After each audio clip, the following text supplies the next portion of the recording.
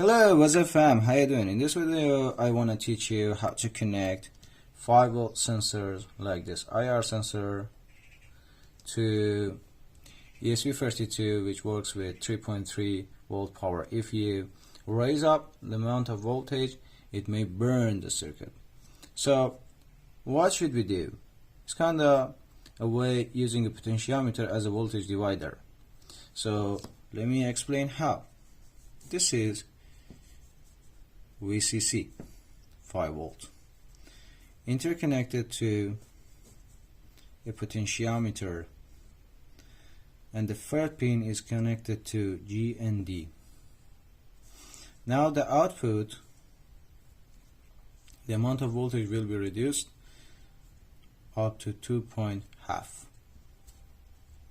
So in this way we can connect this IR sensor to ESP32. Let me testify and take a video, and you can learn how does it work. So that's the way it's done. Let me turn on a DIY power supplier, then multimeter. As you can see, when I get closer, amount of voltage will be reduced.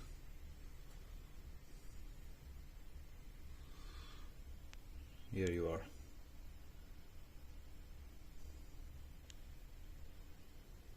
Subscribe for more.